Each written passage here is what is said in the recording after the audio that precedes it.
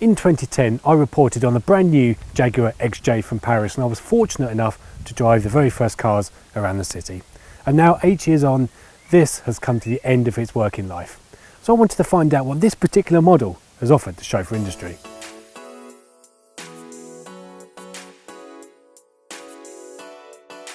So when it was launched in 2010, did chauffeurs like it? Well, no. It had a dramatic, sleek, modern looks, which set it apart from any other luxury saloon. But chauffeurs felt the attributes a basic chauffeur car needed were gone. Jaguar gradually refined the XJ over its 9-year life in an attempt to improve it for chauffeurs.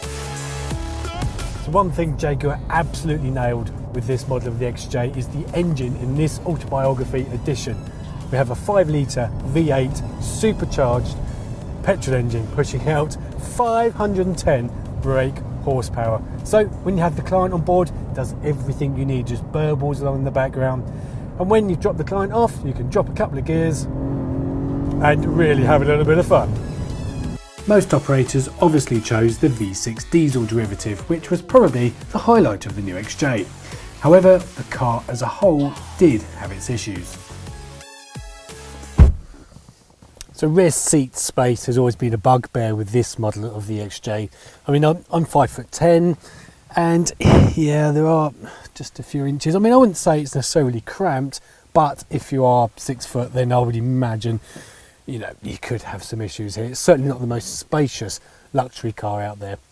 Midlife of the XJ, of this particular model, they did drop the seats a few inches just to give you a little bit more room, but I think because of the design of the vehicle, you wouldn't squeeze much more out of this model. But chauffeurs did buy it.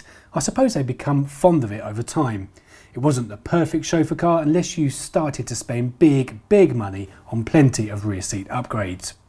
Jaguar modified the interior over time to offer some excellent luxury packages, new rear entertainment with reclining seats, and a brand new multimedia system, which was an essential upgrade, as the previous version felt ancient even when the car was launched.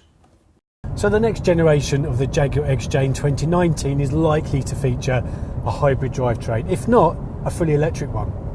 Therefore, I reckon I'm driving one of the very last V8 powered Jaguar XJs. So in a world where all the high powered petrol engines are disappearing and diesel seems to be the fuel of Satan, it seems as if Jaguar will be using technology such as that used in its new I-Pace in the future XJ model. In reality, electric vehicles do tend to have more interior space, which in turn could result in more luggage space. Let's hope the designers have listened this time. Well, goodbye old pal, you've done us pretty well. But what does the chauffeur industry want from the next generation of the XJ? Well, we want it to be designed for the job we do. We want more boot space, we want more practicality. If Jaguar want this to be an S-Class competitor in the future, then there's a lot of work to be done. However, when you see some of the latest products coming out of Jaguar Land Rover in recent years, I think they're more than capable of it.